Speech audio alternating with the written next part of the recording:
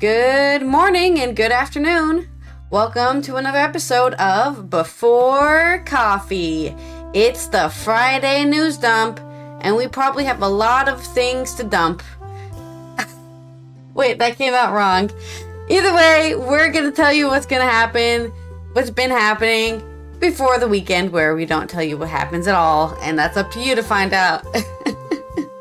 Let's go ahead and get into our headlines.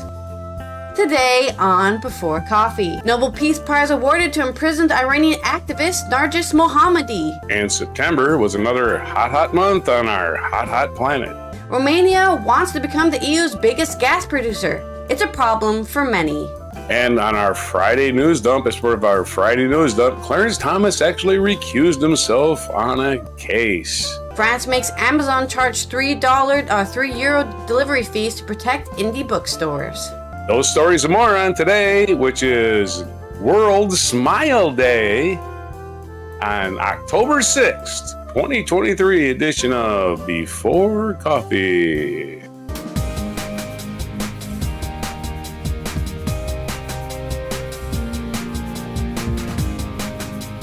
So all right, first news story.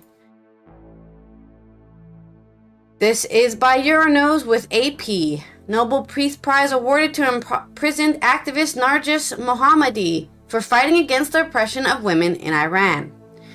Iranian activist Narges Mohammadi had been awarded the 2023 Nobel Peace Prize for her fight for women's rights in Iran.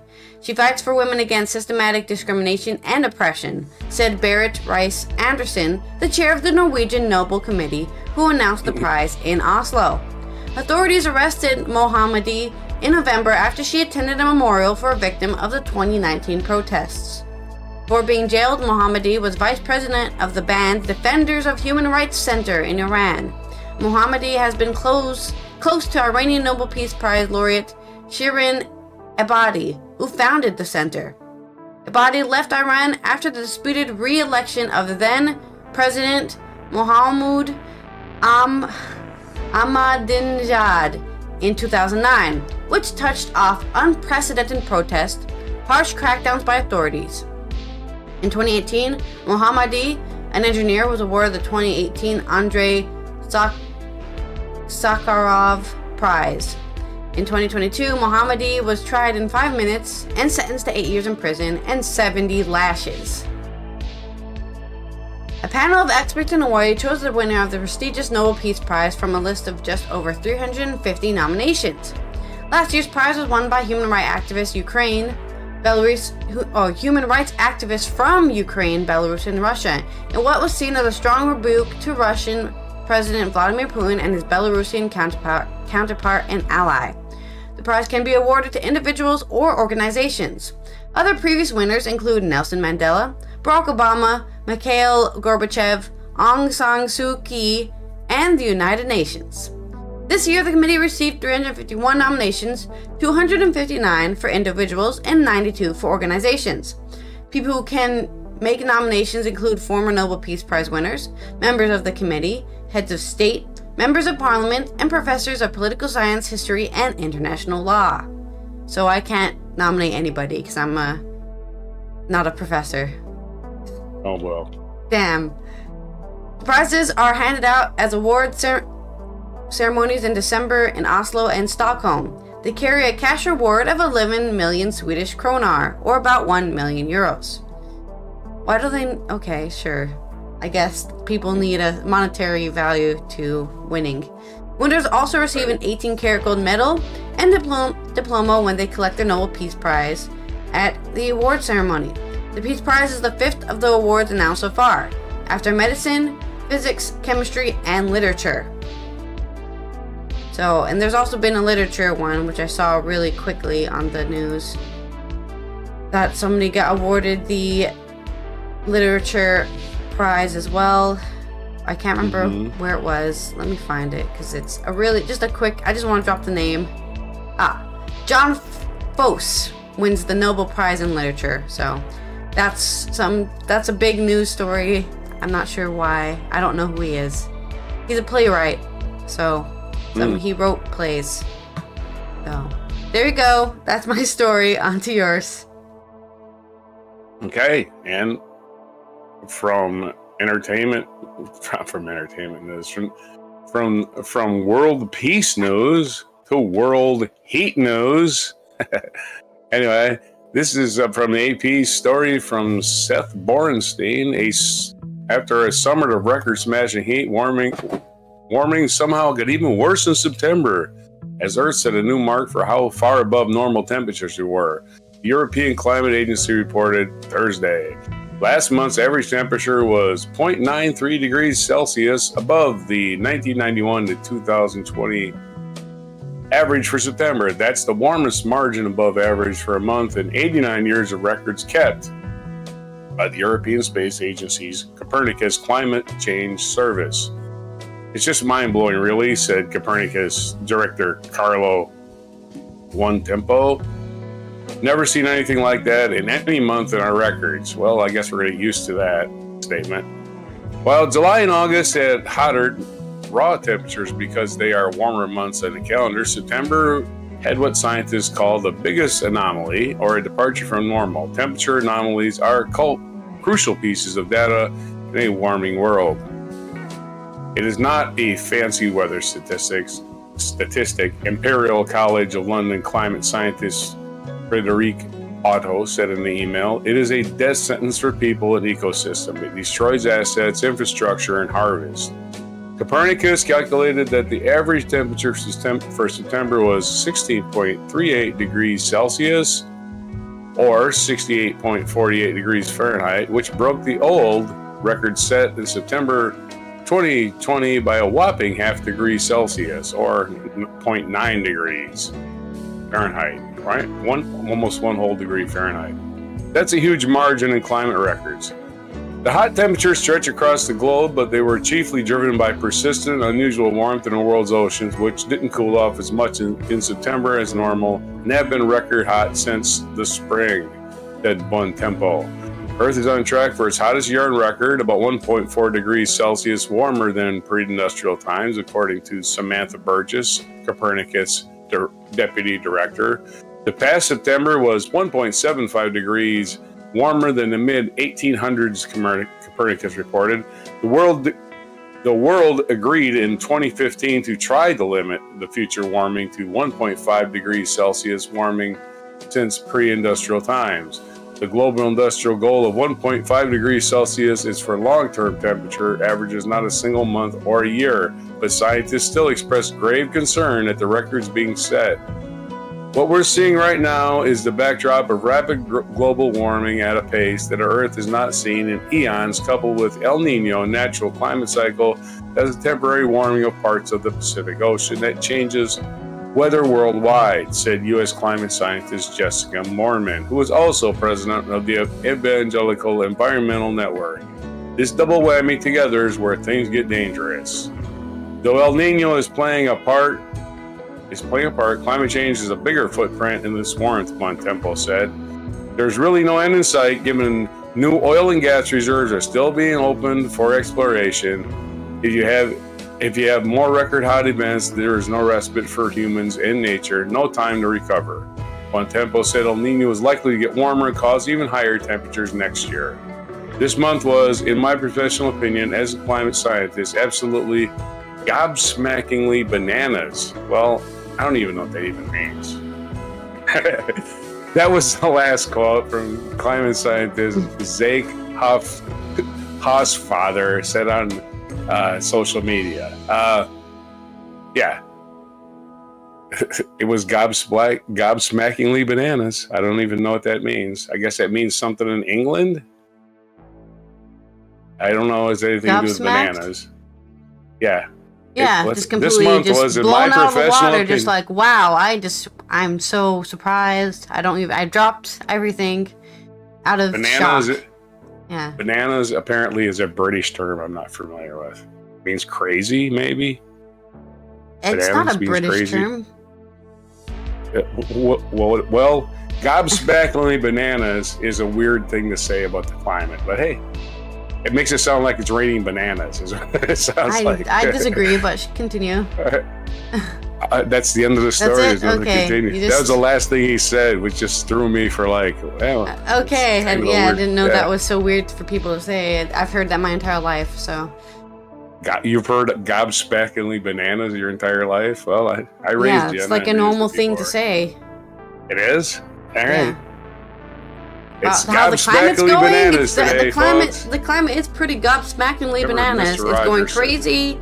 It's hurricanes, in the West Coast. Heat rising above way higher than humidity can allow. Just, bananas. Complete and total bananas. Nobody in the United States ever said gobsmackingly bananas in their entire life. In Romanian news, if we want to talk about the hot planet, let's talk about how Romania is trying to become the EU's biggest gas producer, which, probably doesn't help with the hot planet. This is from Raluca Beselu on Euronews. Romania has embarked on a €4 billion project it hopes to make its largest natural gas producer in European Union, but these investments risk hampering its and the bloc's goal of carbon neutrality. With its Neptune Deep offshore gas project, Romania aims to extract approximately 100 billion cubic meters of natural gas, and it is banking on funding allowed under the EU's taxonomy, which categorizes nuclear and gas as sustainable, which we talked about a couple months back. Everyone was like, oh, this new Green Deal still includes gas and nuclear energy, which are not clean energy, to build a pipeline. Romania is a strategic transit point and an important regional player, being able to contribute thanks to its operational transmission infrastructure and the geostrategic position we enjoy to strengthen regional security, the country's energy minister Sebastian Burduja said in June during the signing of the Tuzla-Podisor gas pipeline order. The pipeline will link Neptune Deep to the Brua pipeline, supplying gas to Hungary and Australia. Activists, however, declared that decried the project over environmental concerns. Obviously, because getting gas causes earthquakes. This project's greatest and most damaging impact would be its climate impact, Alin Tanasi from the Greenpeace Romania told Euronews. We expect this project to lead to fugitive methane emissions, like most projects of this nature, both at the gas probe level and at the transportation level, as Romania has some of the oldest infrastructure in the Union. This methane is much more dangerous than CO2, and it has higher potential to warm the climate, he added. The CO2 emissions should also be substantial. Bankwatch estimates that Neptune Deep would emit 18 million metric cubes on a yearly basis, nearly as much as what the entire annual Romanian electricity sector produces at the moment. This would be a very substantial emission spike, Raluca Petcu, Bankwatch's Romanian gas campaigner, said. Yet, these emissions are not accounted for, according to Petcu, because they are indirect emissions, resulting from burning the gas, not the direct construction and infrastructural use. In the impact assessment evaluations, these are not mentioned at all, meaning that they are not taken into account when calculating the environmental impact. Oh yeah, we're providing toxic waste, but we're not going to tell you what happens to that toxic waste. We're just saying that it's happening, okay? Our production of that toxic waste doesn't affect the environment whatsoever. The gas itself is the environmental impact. For Bankwatch, this is problematic as the emissions are a direct result of the project. Despite its significant climate impact, the Neptune Deep project poses a substantial threat to biodiversity. Documentation submitted for the project's environmental accord highlights perturbances to fish, sea mammals, and terrestrial species as well as their habitats. When the documents describe a negative impact, it's always passed as temporary, with claims that the habitats are expected to return to their initial state once the project is over in 20 years. It is hard to prove that will indeed be the case, Greenpeace's Tanasi said. The government, however, argued that Neptune Deep is needed to boost the country and the EU's energy security, as it would weaken dependence on Russian fossil fuels. Spokesperson for European Commission also defended the project and the use of EU money by telling Euronews that the Tuzla-Podisor gas pipeline fosters the diversification of the Romanian energy mix and as such can contribute to emission reductions. Russia is opposed to such project, of course. Romania hopes to supply gas to Austria and Hungary through the Brua pipeline. As these countries rely heavily on Russian gas, the project could further strain Romania's relationship with Russia. In 2023, Hungary raised its gas imports from Russia, while Austria imports returned to levels observed before Moscow launched its full-scale invasion of Ukraine. It is expected that Russia will oppose these natural gas projects, the Atlantic Council, a think tank, wrote in July, referring to offshore initiatives by countries with access to Black Sea access. After Russia's illegal annexation of Crimea in 2014, Romania's exclusive economic zone, EEZ, now borders Russia's. The application of NATO protection to offshore gas facility in the EEZ is uncertain, leaving room for Kremlin interference. The EU's Modernization Fund, a funding program supporting 10 lower-income member states to achieve climate neutrality, has invested 85 million euros in the Tuzla-Podisor pipeline, out of an estimated total of 478 million euros. Until now, Romania has been the only beneficiary member state that asked for financing for gas transmission projects. A spokesperson from the European Investment Bank, EIB, told Euronews. The EIB has a representative on the Modernization Fund's Investment Committee, but its role within the Modernization Fund is both limited and well-defined. The Neptune Deep extraction would undoubtedly increase the share of gas in Romania's electricity mix. In 2022, it stood at 17.6%, making it the fourth largest source over hydropower at 25%, nuclear at 20%, and coal at 18.5%. However, the exact gas share's increase remains unclear, depending on how much of the 8 billion cubic meters of gas extracted yearly will remain in the country. Meanwhile, renewable energy sources such as solar and wind accounted for 16% in 2022. In contrast, the Commission's position, Nicole Stefanata, a Green member of the EU Parliament, believes that by considering gas a transitional energy, Romania is engaging in a double transition. The end cost of then switching from gas to renewables will be higher. A view shared by Simon Deckerel, the analyst at the European Policy Center, for whom this project reinforces Romania's and therefore the EU's reliance on natural gas for decades at hand.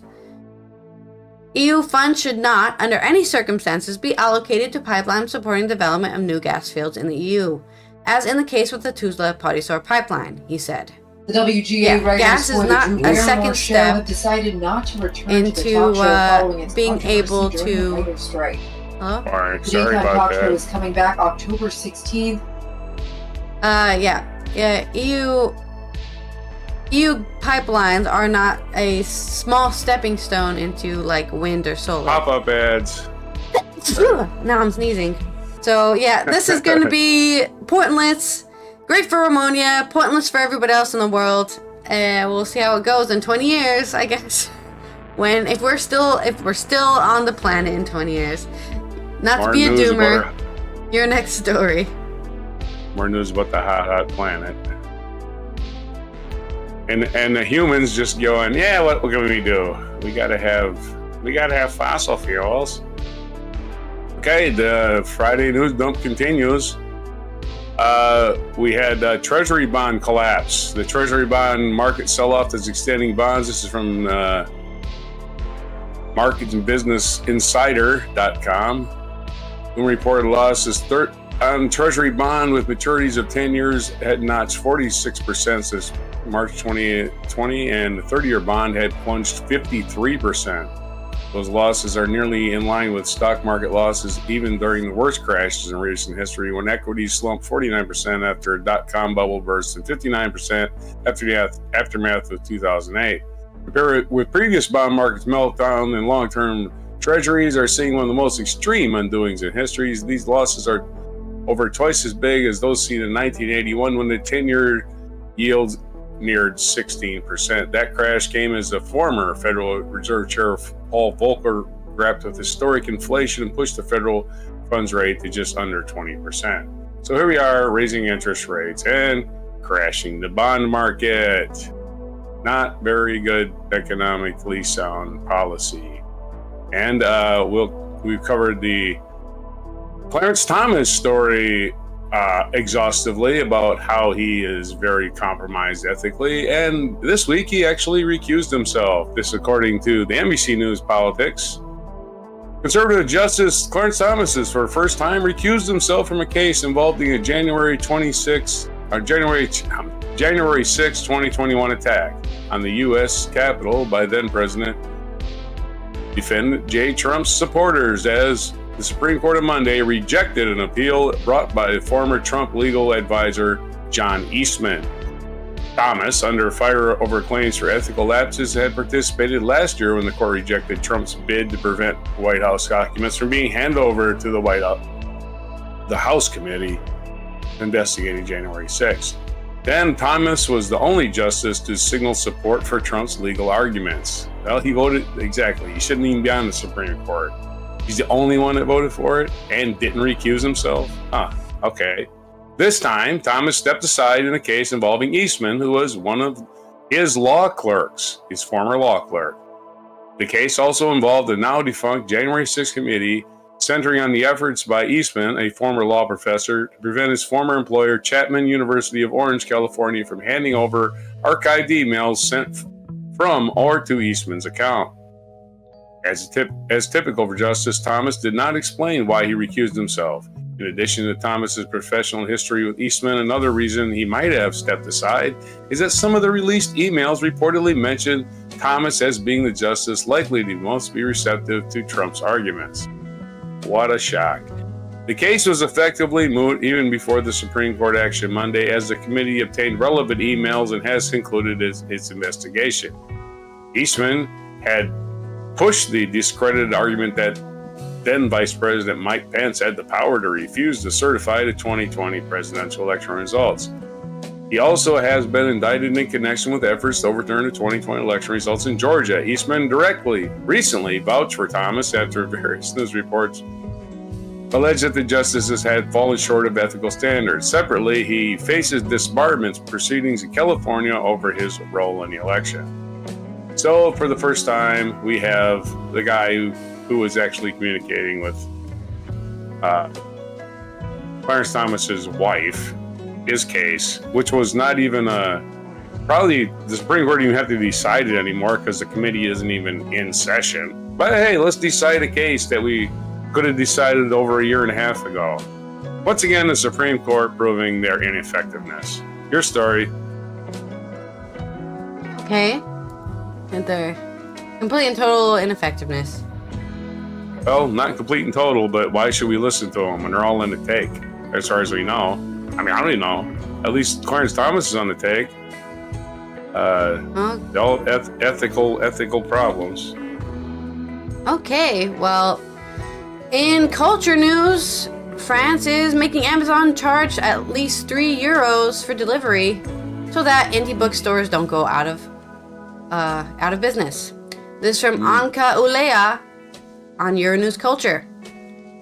Amazon's fast and cheap delivery model is under fire as France tries to protect independent bookstores with minimum delivery fee on books bought online. Amazon and other online retailers will start charging customers in France a minimum delivery fee of €3 when ordering books online from Saturday, 7th October, when a new law comes into effect that means to support independent booksellers. Before, Amazon charged a single euro cent for delivery, no matter how much the total order costs. The new minimum delivery charge applies to all orders under €35. The measure, dubbed the Darcos Law for author MP Lore Darcos, aims to give independent booksellers a fighting chance at competing with big tech companies like Amazon. Most small bookshops in France operate on a small margin and can't afford to cover delivery fees for customers, so they end up charging higher post office delivery fees, at least €4 to ship a single package. By setting a minimum delivery fee for all retailers selling books, the government is closing a loophole that allowed big conglomerates to charge as little as €1 at 1 euro cent. A 2014 law naming the anti-Amazon law had already banned free shipping on books purchased online. The Darcos law built a long history of the state's protection of books, considered a major part of French cultural exception. Ah yes, we're the only ones who read books.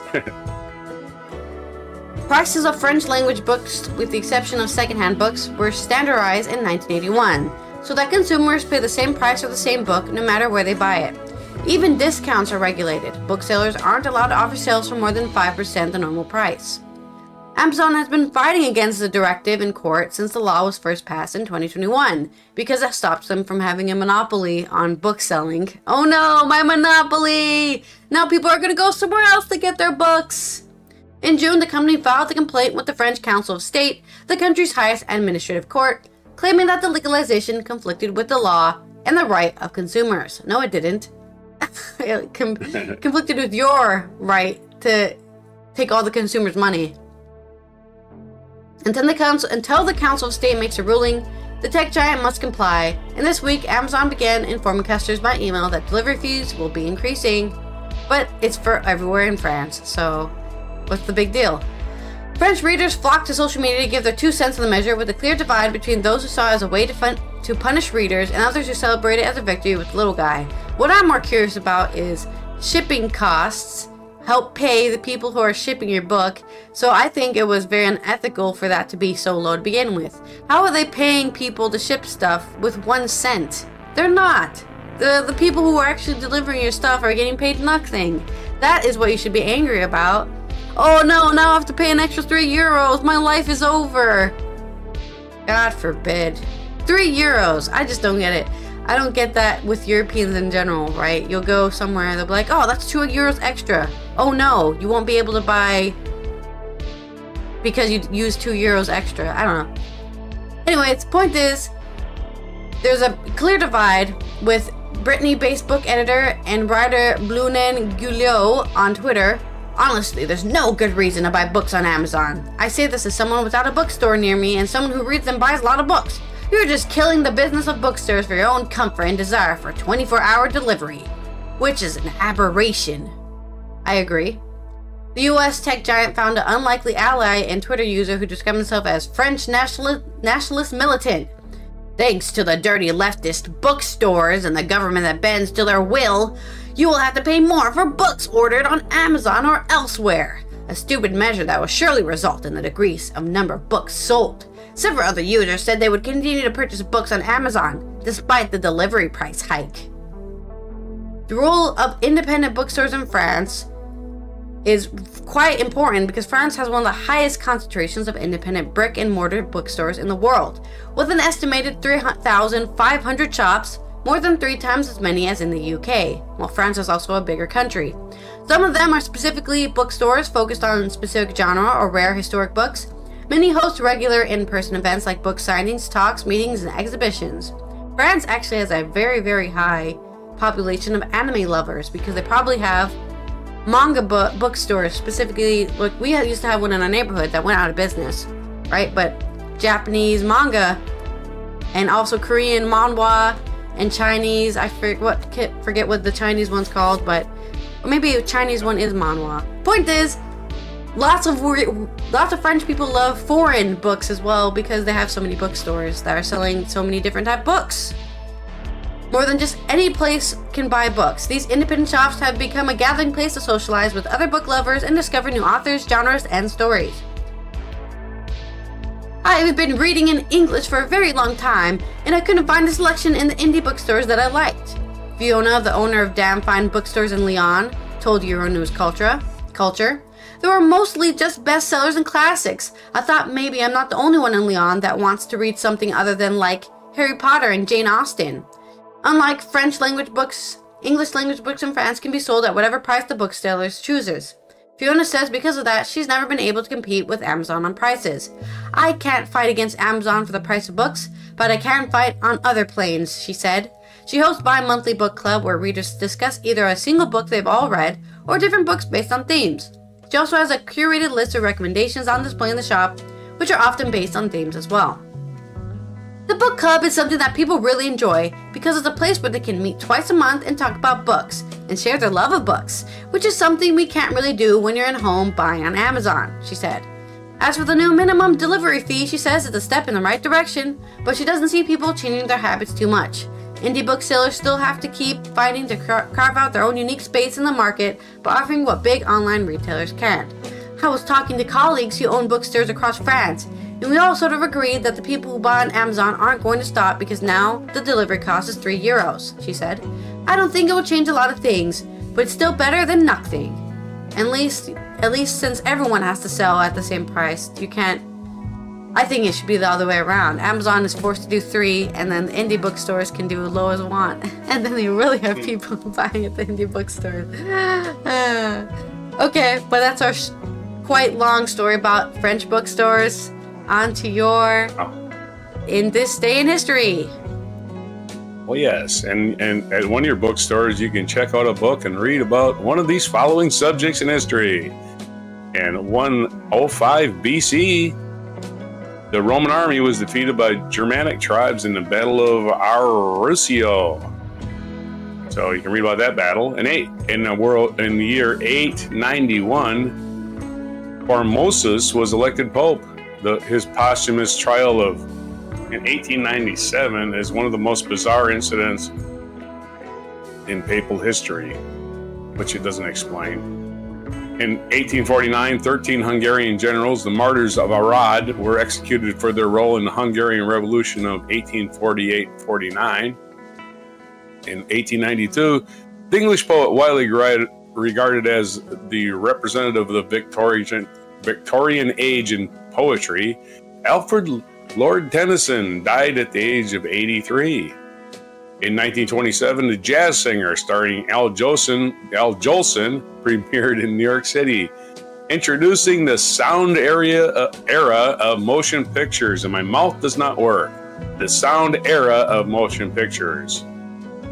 In 1960, American adventure film Spartacus, directed by Stanley Kubrick and starring Kirk Douglas, had its world premiere. It won several Academy Awards, including Best Supporting Actor for Peter Ustinov.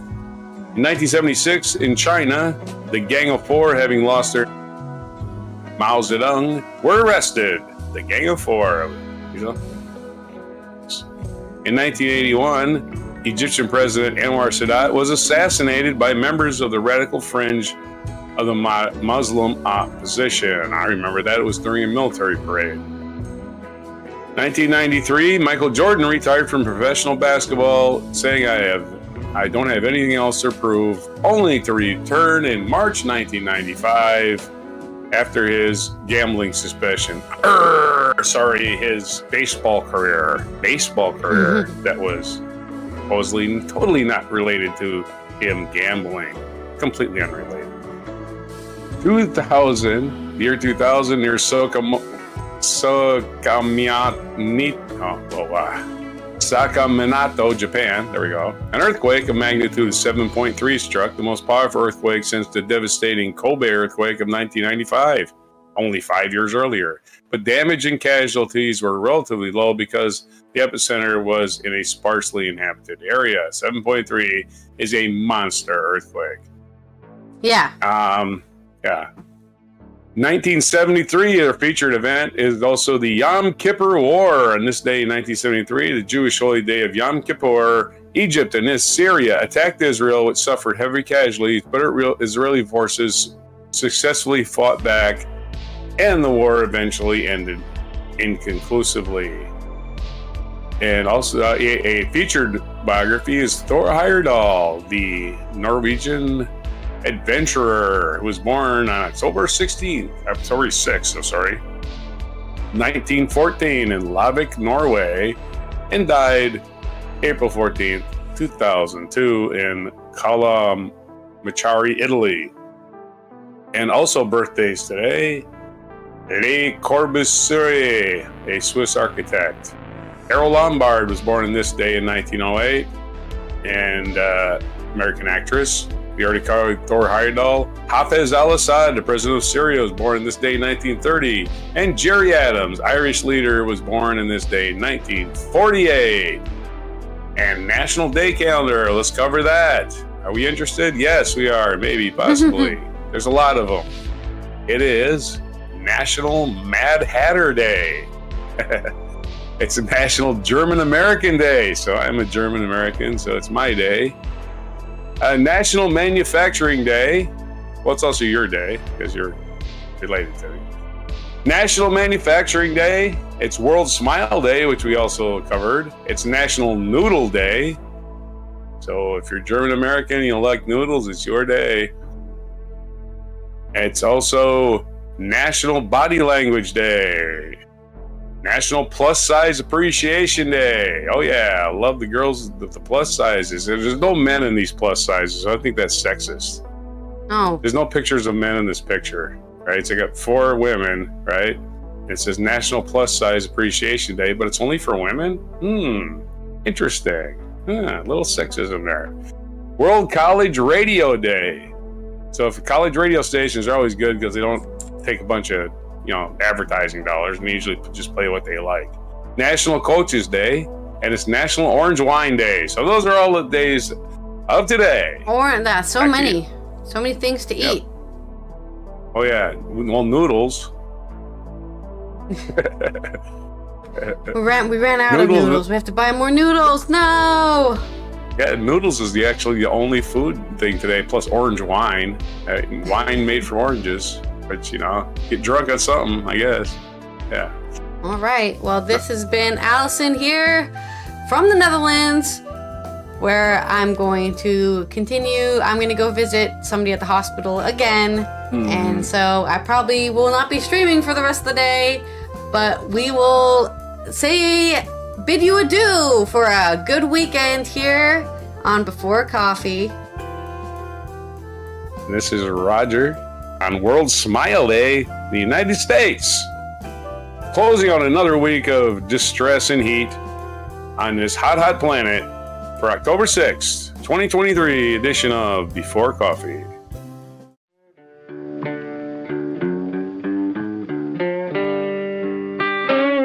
Be sure to hit the like, subscribe, and notify buttons, and follow our other channels, Toxic Alley, History of Gravy, and Scratchy Old Records.